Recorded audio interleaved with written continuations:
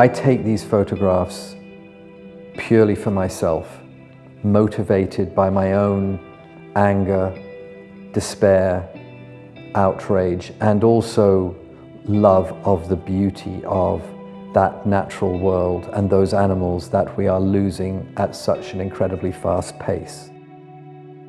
If when people look at these photographs, they can feel some of those same emotions, then in my own small way, I have achieved something. When the viewer looks at the photographs, it would appear that everything is pretty bleak. But I wouldn't be taking these photographs if I didn't think there was some kind of hope. We have to take some kind of action, because otherwise, if we don't, future generations will be inheriting dust.